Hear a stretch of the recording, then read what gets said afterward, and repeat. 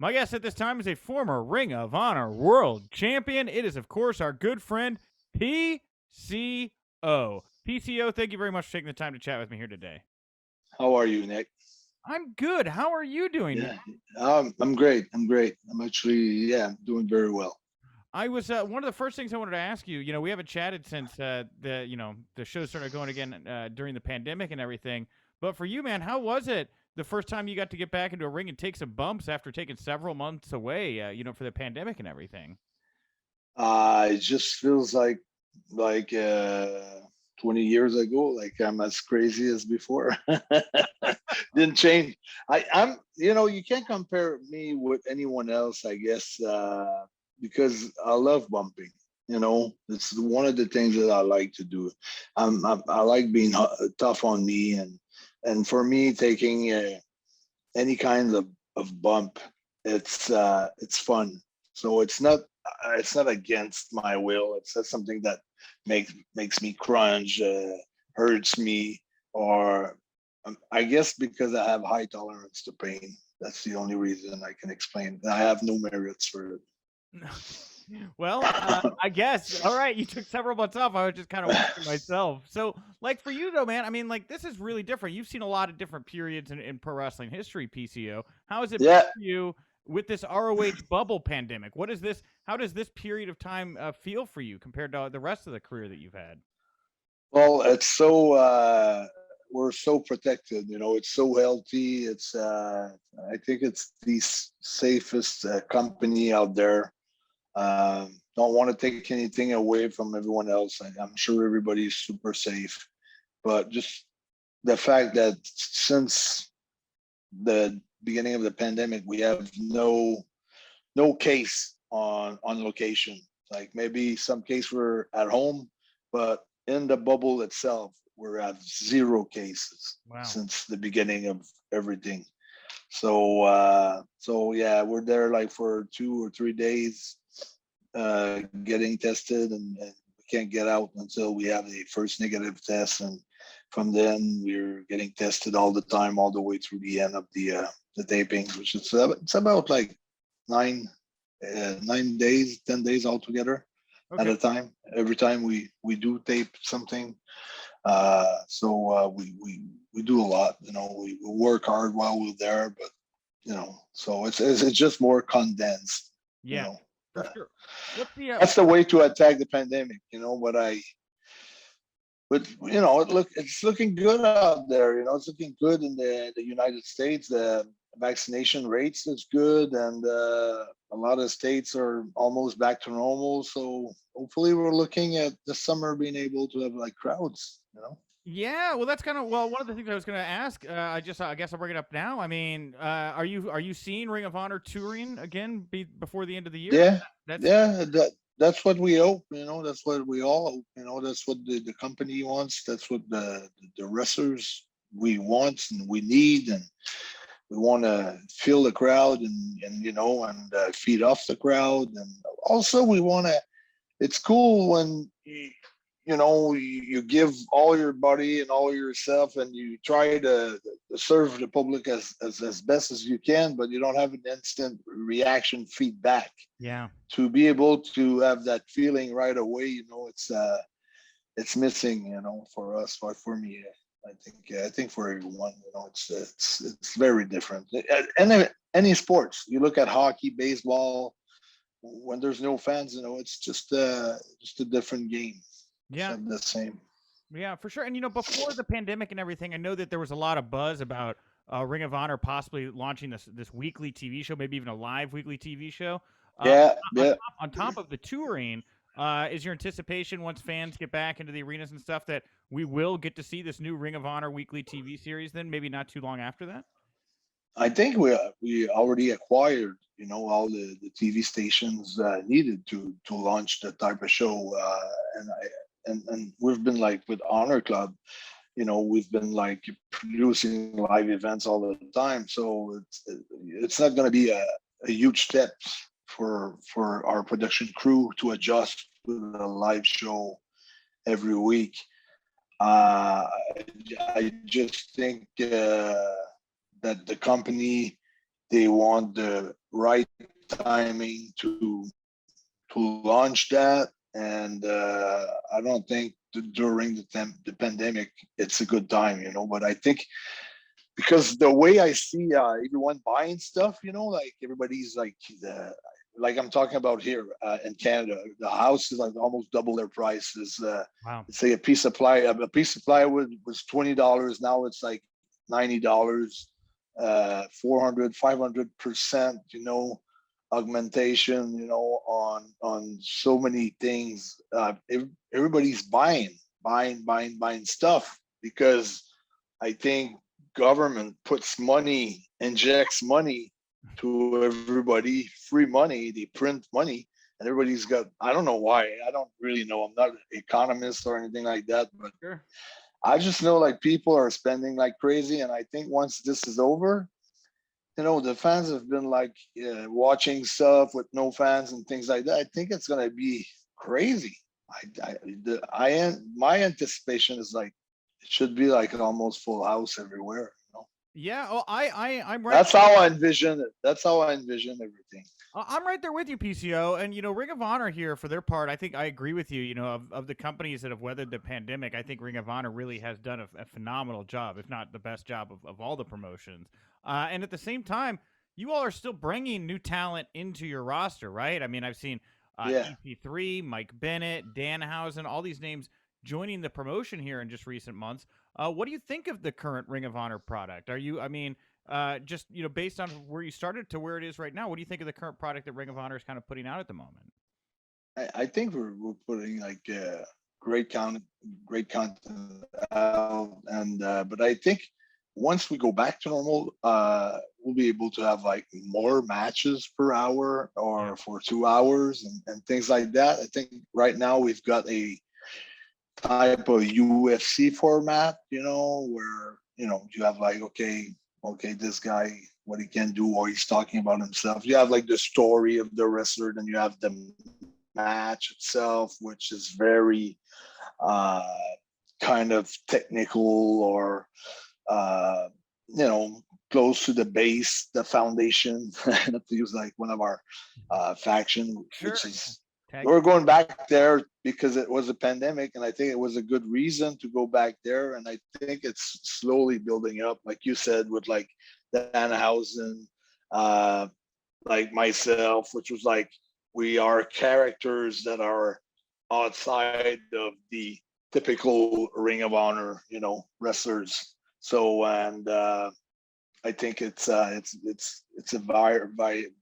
variety of different talents, and of course the core of the of Ring of Honor, it's pure wrestling and honor and the code of honor and things like that. But I think people will be surprised and amazed how creative can exploit like other aspects of the wrestling business. Yeah, I think it's going to be pretty awesome. Yeah, I agree with you. And you kind of we may be reading each other's minds here. I don't know if I put on your electric chair hat and we switch places there, but yeah, the influx of characters, that's actually the exact word I was going to use to describe you and Danhausen. I would maybe even lump Dalton Castle a little bit into that. What do you think of Danhausen? Like, you guys seem like two sheep of the same flock kind of deal, Yeah, well,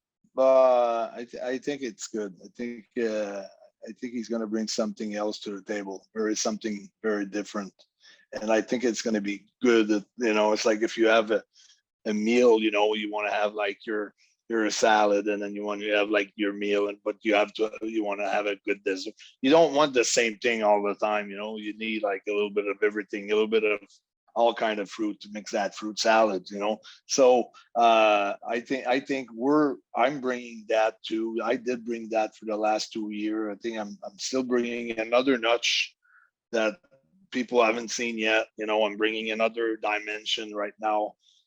It's going to be a different PCO a little bit, very much so.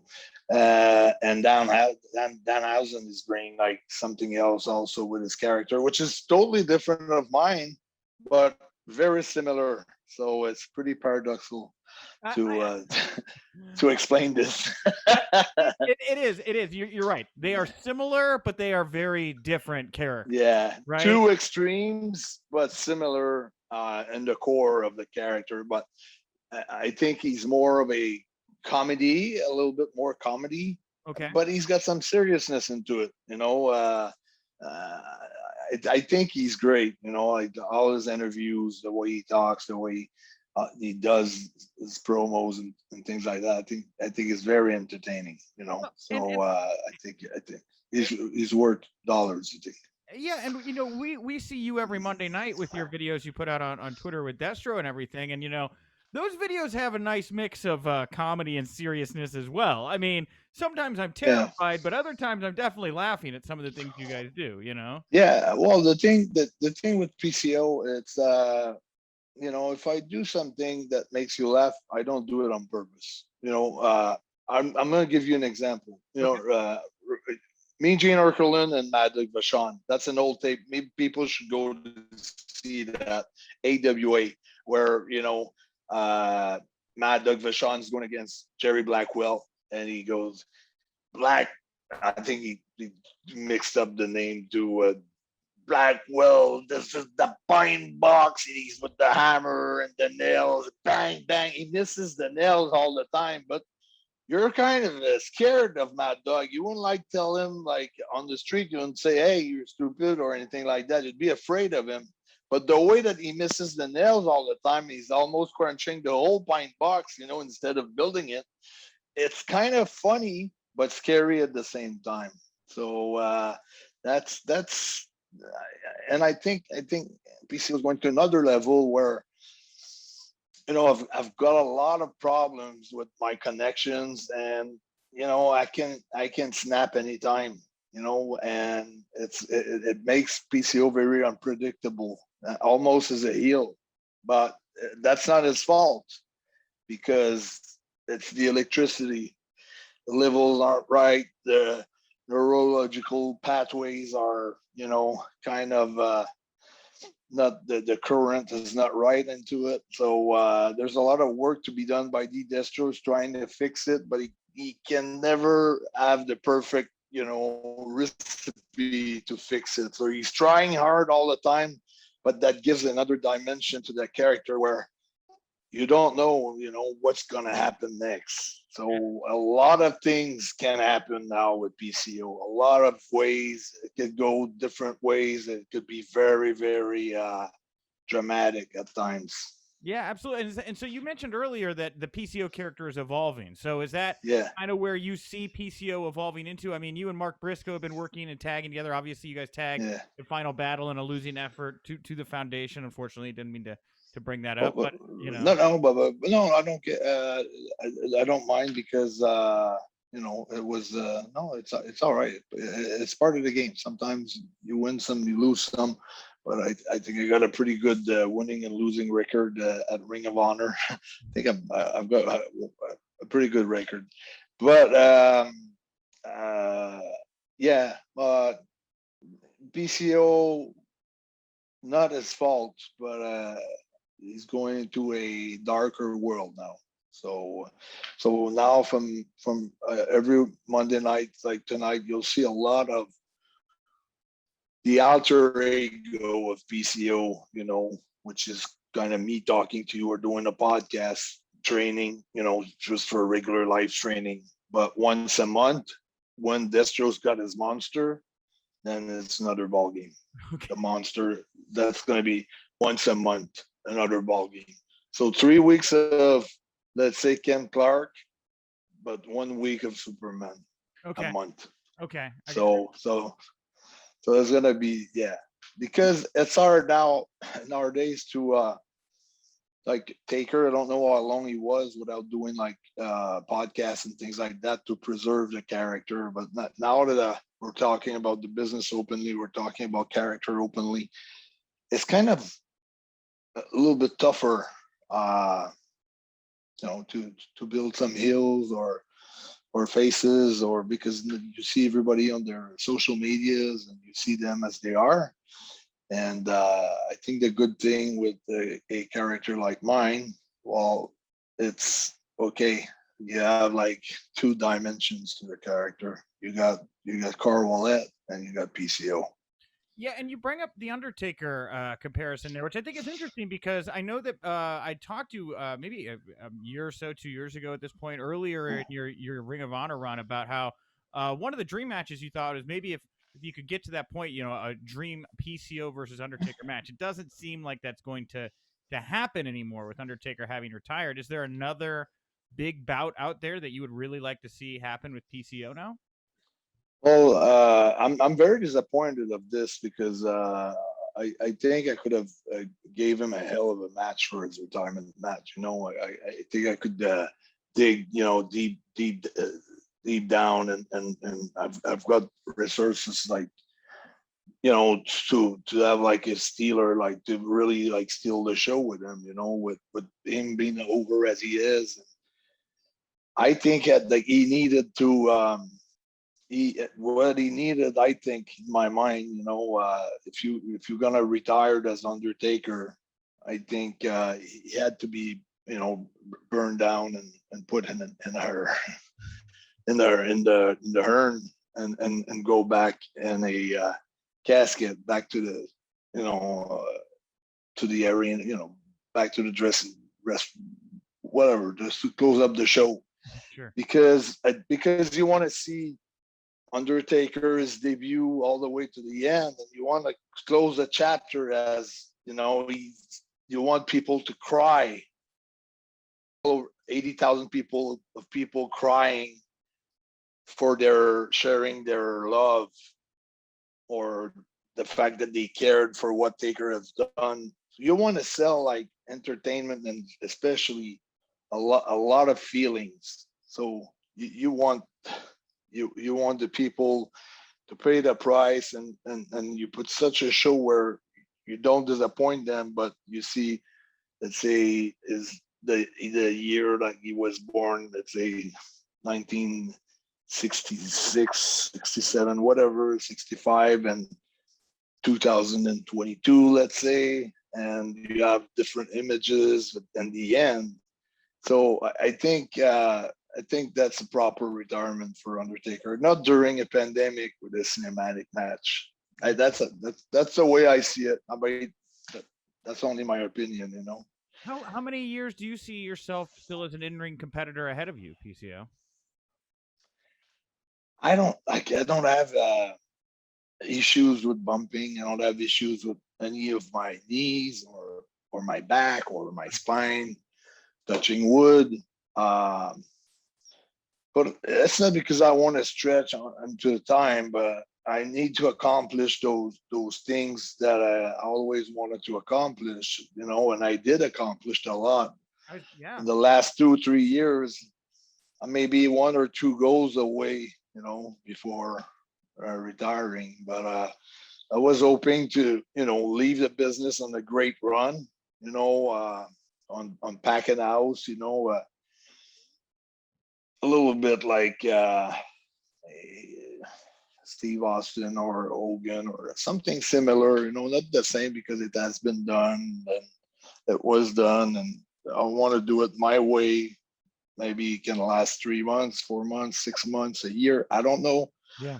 I want to sell out the Olympic Stadium. It's about 80,000 people in Montreal.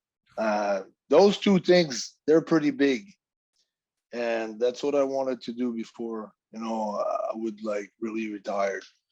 So we'll see how I got my ideas on how to accomplish that, because I'm thinking we sold out with New Japan Pro Wrestling and Ring of Honor, the Madison Square Garden, in about 20 minutes. All the base of the fan base there, you can send them first. The first tickets is going to be available, and my thinking is like, if we can sell those 25,000 seats, around the ring, in, let's say, a couple of days or a couple of hours, from people coming from Boston, New York, Vermont, just the Northeast, Plus, Quebec is big too. There's a lot of people deep down, 6-7 hours away that they could come with their car. Yeah. And the rest of the tickets, at $20 a piece or $25 a piece, big tailgate party, big, something happening, a big happening, something that would be worked out with the mayor of the city, partnership with the mayor, partnership with the Olympic Stadium, because it's always empty. They never do anything there. There's no more baseball team. There's no more the Alouettes. They don't play there. They play at another field where there's 20,000 seats. So I think there's a lot of opportunities there, and I think the people are ready for such a big show. And so I'm hoping to be able to put that together in 2022 or 2023. Man. We'll see how everything evolves. But I think a year of promoting that, not promoting that, but talking about for a full year, knowing that we're going to do it, but a good 2-3 solid months. And then you let the ticket go, start the sales. And I think people could get up pretty fired up about it. Are you envisioning something where like you kind of take on the promoter producer role for this particular show, and Ring of Honor supports you, kind of like what we saw a little bit with All In a couple of years ago? Yeah, something like that. I'd like to be able to put a lot of people together, a lot of connections, and a lot of people like, let's say the mayor with, high, people from, that are interested, and I remember like when WWE, they were doing like 35, 40,000 even. I was part of a show at Sky Dome in Toronto. It was like 45,000 people. It was amazing. Sky Dome is a huge stadium. Sky Dome was like 80,000 seats. It was that full. Was maybe 40, 45,000 was Edge's debut. I was fighting Edge for his debut in Toronto. Wow. And I remember it was amazing. And I know here because during my run as a world champion, I've been on every show in Canada, major show, like 2 million viewers, a lot of people watching. And all those people, they said, like, if you come to Bell Center for a title match or a title defense or Olympic Stadium, all the top journalists, the editorialists, the people in charge of big newspapers and big websites and big medias and TV hosts, and they all they all want to be part of it. So yeah. It would be so crazy. It would be so crazy. And that could start, that show could lead into like a pretty cool run all over the States, Sure. And that would like close the chapter for me. That would be awesome. That would be awesome. I love that. And so what about this weekend here, 19th anniversary Ring of Honor? What do you have planned for this show this week? I'm not on that show because due to the COVID and everything, and so we're shooting a little bit ahead of time, some shows, and I had to miss the last because it was a renewal of my visa. Oh. And it took a little bit longer because we don't have as many dates as the previous 2 years. And so my visa was expired in January and I got it back in March. So I missed one of the tour where we did a lot of, where we were shooting some angles for the anniversary. So I wasn't there. So I was not part in any angle. I would have to be put in a cold match, that would have mean nothing. So so then I'm gonna have like, the return, or because I will be out of action for what in the story maybe 3 months or something. So it'd be like my big return. So for the next tapings. So that's why. But okay. Yeah, it's yeah. But I was happy with the way that everything went at the tapings. So without giving any spoilers or giving anything away, I think it's going to be pretty cool to watch for the fans. Yeah, fair enough. I think there's good stuff. All right, last question here I have for you, PCO. Obviously, I say former Ring of Honor World Champion, current Ring of Honor World Champion Rouge. She's going to put the title on the line here against Jay Lethal. But the big buzz here right now is there's this former WWE talent, Andrade, that got released. Yeah. And I would be remiss if I didn't point out his relationship with Rouge, Los Ingobernables. Yeah. Would you like to see Andrade join the ranks of Ring of Honor and read? Well, Yeah, go ahead. no, that'd be great. That'd be great. That'd be great for LFI, you know, for Rouge and Dragon Lee, Kenny King, El Bestia. I mean, that'd be natural, you know. That'd be awesome. I think I really don't understand why he got let go, because he's talented, and I think he's not only all lucha, you know.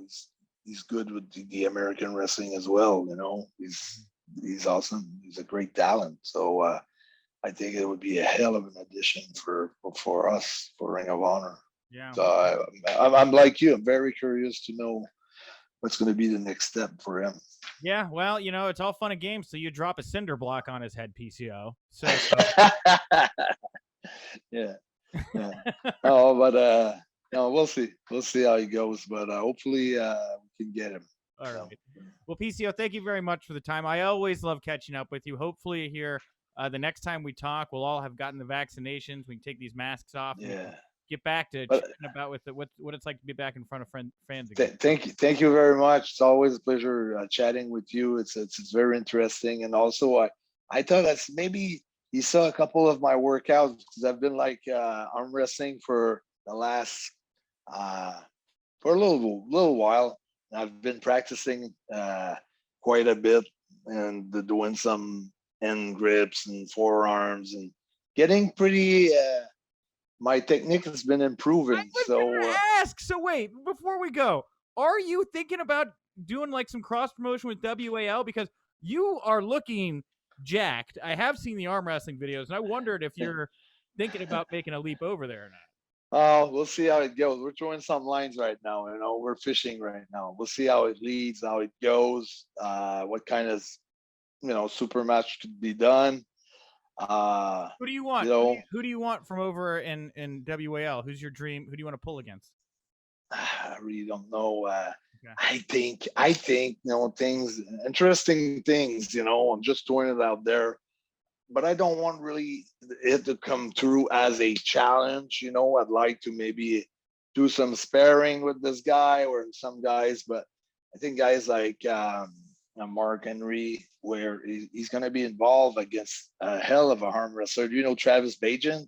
I'm familiar. So yeah. Mark Henry is going against Travis Bajan in Texas on May something.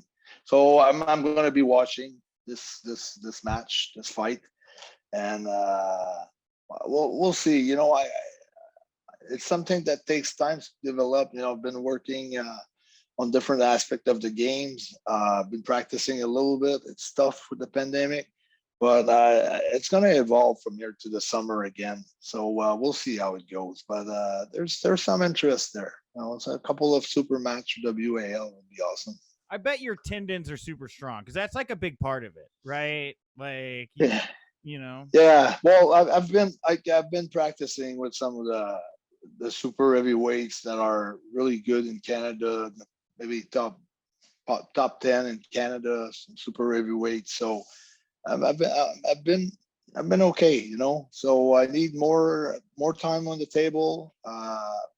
What's cool about it is like I do something for pro wrestling that served me as well for arm wrestling. You know, you have to train hard anyways for pro wrestling. So it's not like, oh, I have to do this and give away on the other sport. I can combine both very well together. So yeah. So but I'm gonna tell you something. I'm gonna be only doing like I'm gonna be a lefty. I'm not gonna pull on the right arm, just the left. Okay. And because I had I was when I was wrestling, I was holding a chair on top of me, and somebody jumped on the chair, and my hand went like this. And since then, my hand's like 100%. But it's just I don't have some directions. You know, I don't feel any pain or anything, but I lost a little bit, Yeah. on my wrist. I almost lost my Yeah, thumb when I was in high school, so you can see my thumb. yeah. Yeah, I gotcha. Yeah, it's just like this finger.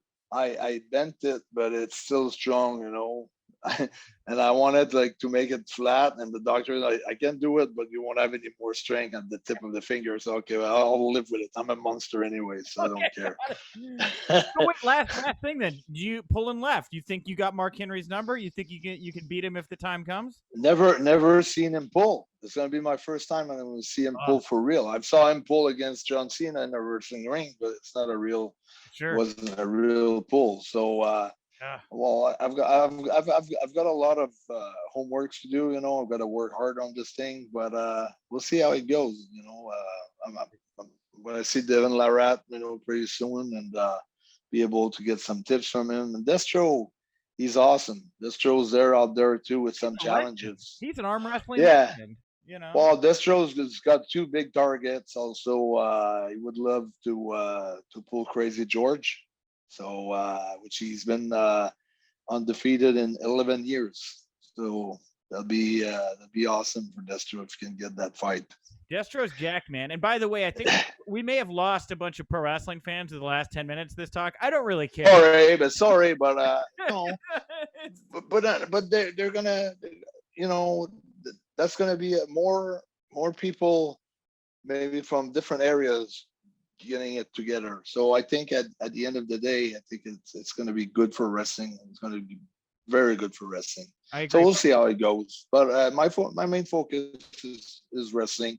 But I just saw, I don't know, it's just an instinct, a feeling I had. I felt like, okay, I can't force as much with my right arm as my left, and I took it as a message. Okay, put all the power on the left. Do something with the right. Don't let it die, but focus on the left and be. I don't know. That's just the feeling I had, and then I just saw that Mark Henry was gonna pull soon, so it just gave me that idea. This is good. I was not doing it for nothing. Shoot, Nate, give me an idea too. All right, well, we'll see. Where can people go to find you, follow you, support you, all those great things, PCO? Pretty much everywhere on every social media platforms, TikTok, Twitter, Instagram, Facebook, at PCO is not human. That's it.